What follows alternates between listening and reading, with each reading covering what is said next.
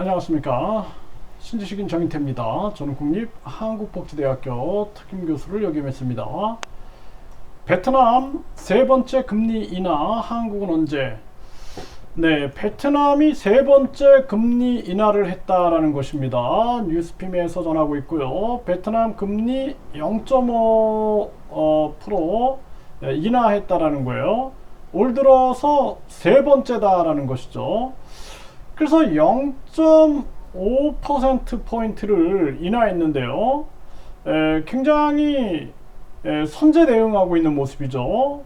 이게 참 놀라운 모습이다. 저는 그렇게 생각을 합니다. 그래서 유동성 공급 확대를 위해 대출 금리를 내리고 대출 문턱도 낮춘다라는 거예요. 근데 이게 주권 국가니까 이게 가능하다라는 거예요. 제가 이번에 아세안 지역 출장을 가고 특히 베트남에서 많은 사람들과 토론을 해봤는데, 이 베트남 사람들 얘기가 이런 얘기예요. 자기들은 전쟁을 많이 치렀기 때문에 무엇보다 생각하는 것은 독립이다, 독립. 주권을 생각하는 겁니다, 주권. 그러다 보니까 유동성 공급 확대를 위해서 대출 금리를 내리고 대출 문턱도 낮춘다. 그리고 경제는 경제만 생각하는 거지 정치를 생각하지 않는 거예요. 우리나라는 저는 뭔가 잘못 돌아가고 있다라고 저는 판단하고 있어요. 대한민국이 뭔가의 오더가 있는 게 아니냐, 그런 생각을 안 할 수가 없습니다. 미국만 무조건 따라가고 일본만 무조건 따라가고 국민들은 무시하는 이런 행위가 나타나고 있는 거예요. 저는 자유민주주의자고 자유시장 경제를 추구하는 자로서 도저히 이해할 수가 없어요. 제가 만약에 권력에 아부하는 사람이었으면은 무조건 윤석열 만세, 뭐 김건희 만세, 제가 이러고 있었을 겁니다. 또는 뭐 이재명 만세 이러고 있을 텐데, 저는 이 나라를 걱정하고 우리 국민들을 걱정하기 때문에 항상 중립된 입장, 중용의 가치, 어디로도 치우치지 않은 그러한 중용의 가치를 가지고 저는 판단하려고 항상 노력을 하는데, 지금 이 베트남을 제가 가서 직접 경험한 것을 제가 말씀을 드리면, 제가 가서 무슨 뭐 호텔에 머물고 뭐 호화스러운 생활을 한 게 아니라, 제가 영상에서도 많이 보여드렸던 것처럼 걸으면서 하루에 어떤 날은 뭐 6시간 이상, 뭐 7시간 걸으면서 많은 서민들의 삶을 지켜보고, 서민들 가정에 가서 함께 식사하고, 또 서민 가정에 가서 자고, 그래서 베트남 서민들 가정에 가서 자고, 그 가족들과 대화하고 함께 밤새 토론하고, 제가 베트남어를 조금 할 줄 아니까 베트남 사람들 얘기로는 그렇게 얘기를 합니다. 베트남 사람들은 이 정 선생님이 이 베트남어를 잘한다 이렇게 얘기해요. 물론 뭐 저는 그걸 뭐 100% 공감하진 않습니다. 제가 잘 못하는데 열심히 노력은 한다, 제가 그런 얘기를 하거든요. 근데 보면은 토론이 가능하다라는 거죠, 토론이. 그래서 밤새 토론을 했는데, 토론하면서 이 사람들이 하는 얘기들이 자기들은 독립 주권이 중요하다라는 거예요. 미국과의 전쟁을 치르고 중국과의 전쟁 다 이겼잖아요. 미국 전쟁에서 이기고, 중국과의 전쟁에서 이기고, 프랑스하고의 전쟁에서 이기고, 몽골하고의 전쟁에서 이기고, 또 뭐 캄보디아 전쟁에서도 이기고, 이들은 계속 전쟁을 치러왔기 때문에 전쟁에 대한 그 무모함을 알더라고요. 전쟁하면은 모든 게 제로 상태가 된다, 0이 된다, 전쟁하면 안 된다. 그래서 또 중요한 것은 다른 나라를 적으로 만드는 거는 위험하다라는 거예요. 모두 다 친구다. 뭐 러시아, 중국, 뭐 일본, 한국 다 친구다라는 입장으로 가고 있다라는 것입니다. 그러면서 국익을 추구하면서 자국민들의 독립과 그리고 행복, 이 자유, 이런 것들을 추구하고 있는 거예요. 그러다 보니까 제가 가서 깜짝 놀랐던 것이, 코로나 전 3년 전에 제가 거기서 활동을 하고 있었는데 3년 후가 지났는데도 서민 물가가 그대로인 거예요. 깜짝 놀랐습니다. 정말 놀랐어요. 저는 막 몇 배씩 뛰어 있지 않을까, 한국 상황 보면서.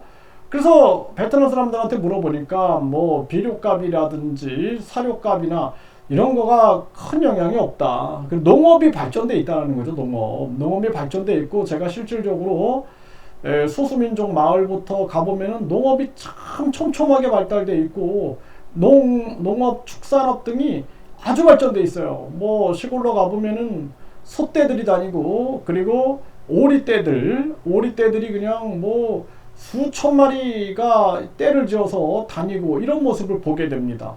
그러니까 농업이 촘촘하게 발달되어 있는 거예요. 그래서 이 닭고기라든지 돼지고기라든지 소고기, 이런 각각 반찬들이 나오는 그런 백반을 서민들이 먹습니다. 이렇게 음식 이렇게. 그 가격이 얼마일까? 보니까 딱 3만 동 하고 있는 거예요. 그것도 베트남 하노이입니다. 근데 이제 베트남 하노이에서 지방으로 내려가면은 좀 근처는 또 더 싸요. 그러니까 시골에 가면 더 깜짝 놀라죠. 야, 이 물가가 이 정도로 싸구나. 제가 뭐 소수민족 마을까지 들어가 보면은, 와, 그쪽은 진짜로 너무나 싸서 미안할 정도고, 그리고 시골로 내려가 보면은, 야, 이게 베트남 호찌민, 경제도시라는 호찌민과 시골로 가보니까 이 차이가 정말 뭐 거의 뭐 수년 차이가 나는구나. 제가 베트남에 2005년에 갔을 때와 한 10년 후에 갔을 때, 아, 베트남 호찌민의 10년 전 물가가 시골에서는 또 자행이 되고 있구나.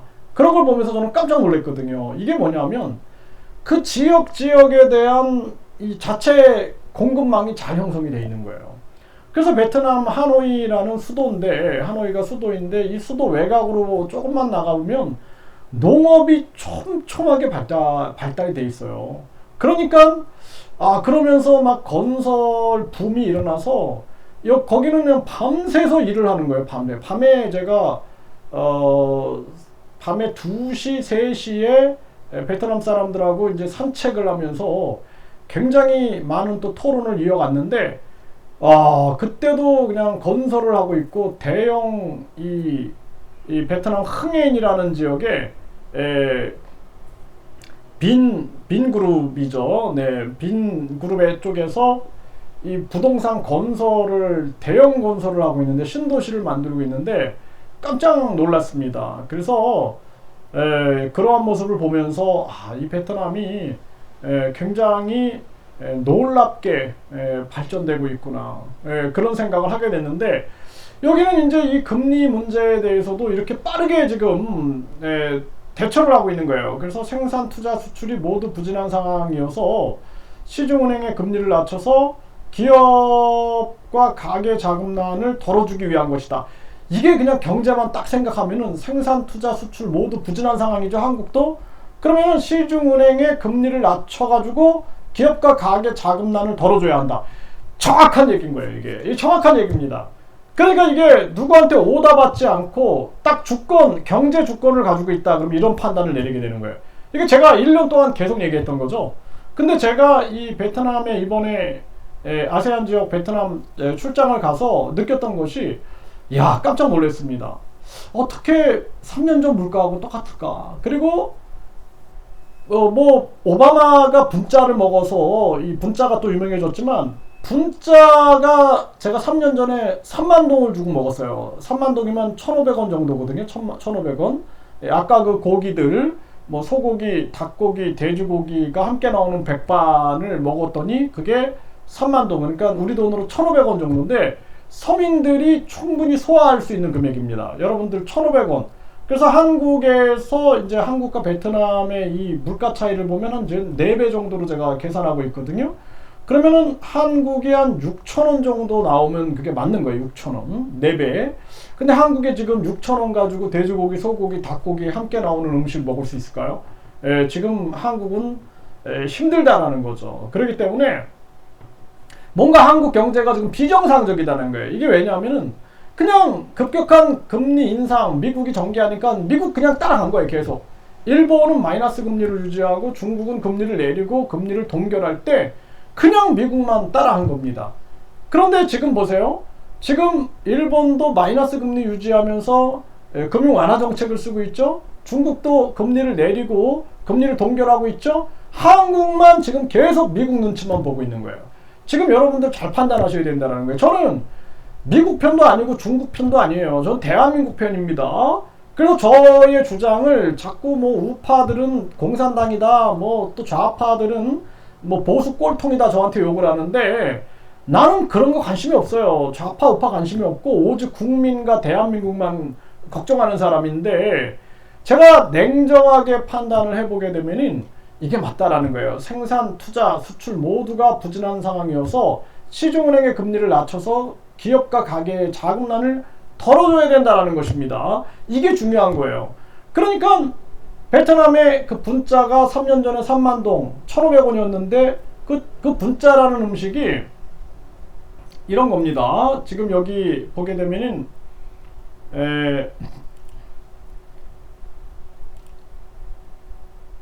예전에 이 여기 보면 나오는데 한번 제가 보겠습니다. 네.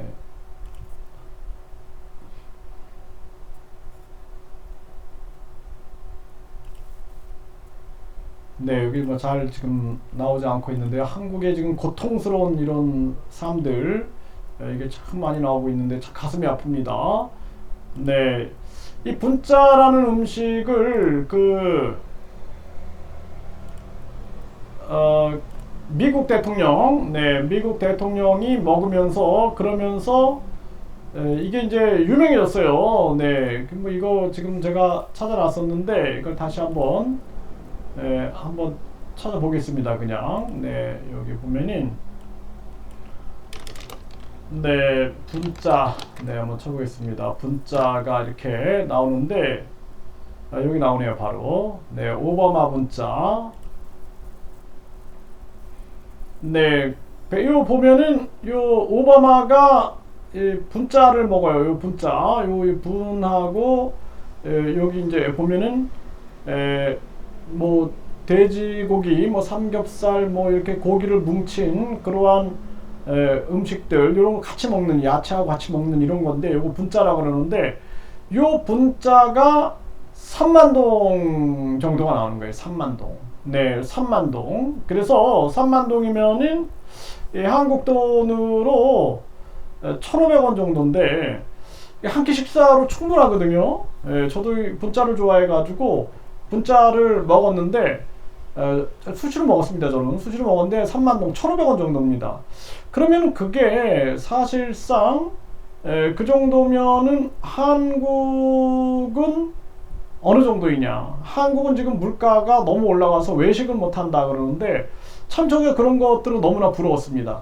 또 대학가에서 쌀국수를 먹는데 25,000동, 그러니까 한국 돈으로 1,250원 정도 하는 거예요. 그러니까 대학생들이 부담 없이 먹는 겁니다. 부담 없이. 그래서 이렇게 상인들 보면은 도시락을 싸와가지고 도시락에 한쪽엔 밥, 한쪽에 반찬 해가지고 도시락을 싸서 점심에 그냥 그 일하는 자리에서 먹는 그러한 모습도 제가 봤는데, 많은 사람들이 식당에 가서 사람들이 굉장히 바글바글해요. 밤에는 그냥 그 베트남 사람들의 특징이 맥주를 많이 마시는데, 그 맥주가 생맥주 한 잔이 뭐 제가 이렇게 하노이, 베트남 하노이 쪽에서 보니까 9,000동, 그러니까 450원 정도, 네, 또는 만동, 그러니까 500원 정도예요. 500원 정도. 그러니까 뭐 제가 베트남 생맥주를 한 3잔 정도 마실 수 있어요. 3잔. 그 3잔이면은 3잔 정도면은 딱 1,500원 정도 나오는 겁니다. 그러니까 베트남 서민들이 마실 수 있는 거예요. 3잔 정도에다가 뭐 예를 들어서 뭐 땅콩만 시켰다 그러면 한 1,000원 정도 안주가. 근데 고기를 시켰다 그러면은 고기를 내가 소고기를 시켜 먹고 싶다 그러면 소고기 시켰다 하면 한 5,000원 정도 나오는 거죠. 5,000원 정도. 그러니까 베트남 서민들이 친구들과 모여가지고 뭐 덜어는 고기를 시켜놓고 생맥주를 마시고 있고, 덜어는 그냥 땅콩만, 땅콩이 한 1,000원 정도 하니까 푸짐하게 주거든요. 땅콩 삶은 거를. 그거를 1,000원 정도 하니까 1,000원 또는 1,250원 정도 하니까 그걸 시켜놓고 맥주를 마시고 있는 거예요. 그리고 경기가 침체됐다라는 걸 느낄 수가 없었어요. 제가 보면서 여기는 서민 경제 또 이런 자영업 경제가 아주 활성화되고 있구나.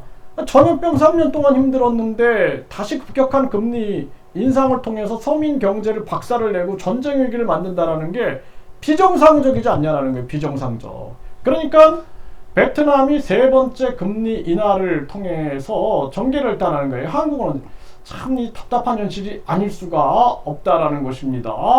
네, 그리고 여기도 보면 보름 만에 또 금리 내린 나라, 네, 글로벌 대침체 신호탄인가 하면서 이 베트남 금리를 이렇게 계속 내려왔던 거예요. 네, 또 베트남 국회 중앙은행의 추가 금리 인하를 요구했다. 우리나라는 국회가 은행에다가 금리 인하를 요구했다는 얘기 들어본 적이 없어요.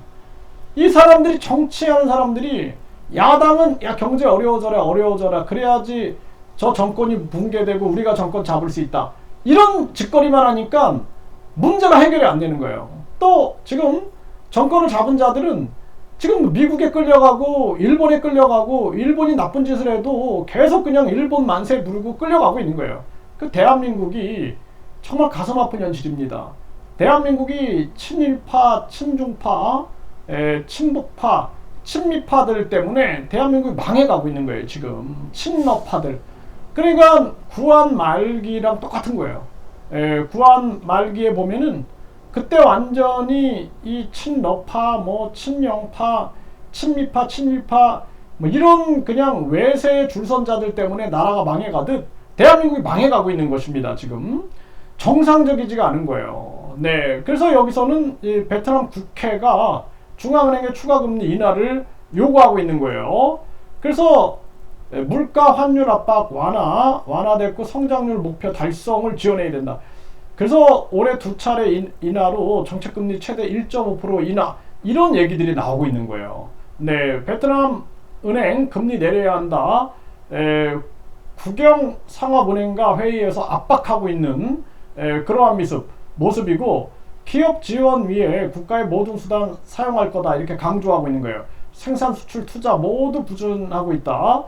금리 낮추는 최대한의 조치가 필요하다 이런 얘기를 하고 있는 거고, 네, 15일 만에 정책 금리를 재인하했다라는 거죠. 네, 이런 식의 정책을 쓰고 있는 거예요.